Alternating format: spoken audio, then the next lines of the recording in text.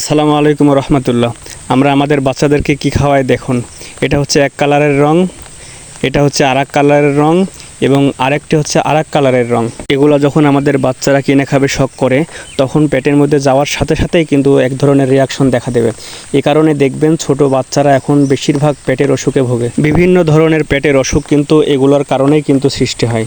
ছোট বাচ্চা সে কিন্তু জানেও না কোনটা ভালো এবং কোনটা মন্দ।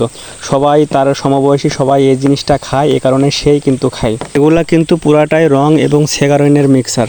একটা বাচ্চা যদি ডেইলি এগুলা খেতে থাকে, পরবর্তী সময়ে তার বড় ধরনের কিন্তু রোগে আক্রান্ত বা পেটের বড় ধরনের অসুখে কিন্তু আক্রান্ত হওয়ার সম্মুখীন থাকতে পারে। সুতরাং আপনাকে অবশ্যই আপনার বাচ্চার দিকে খেয়াল রাখতে হবে, সচেতন থাকতে হবে।